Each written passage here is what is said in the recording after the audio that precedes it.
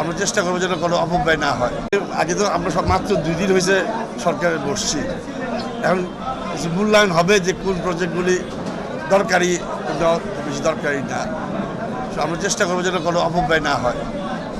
এখন আমার অনেকটু কাজ কমাই দিয়েছেন আমাদের প্রধানমন্ত্রী, ওনাকে অনেক ধন্যবাদ যে প্রথম দিনই আমাদের যেদিন উনি লিডার অফ দ্য হাউস নির্বাচিত হন সেই দিনই উনি ডিক্লেয়ার করছিলেন এবং আমাদের মতামত দিয়ে যে আমরা কোনো মন্ত্রী এমপিরা প্লট নেব না, কোনো প্লট আমরা নেব না, দেবো না, এই জাতীয় যে কেউ এন্ট্রেল হবে না এবং কেউ গাড়ি নেবে না, শুল্কমুক্ত কোনো গাড়ি আমরা এন্ট্রেল। এটা হওয়াতে আমার জন্য অনেক কিছু সুবিধা হয়েছে যে অ্যাটলিস্ট এই তদবিরগুলি থেকে মুক্ত থাকবো।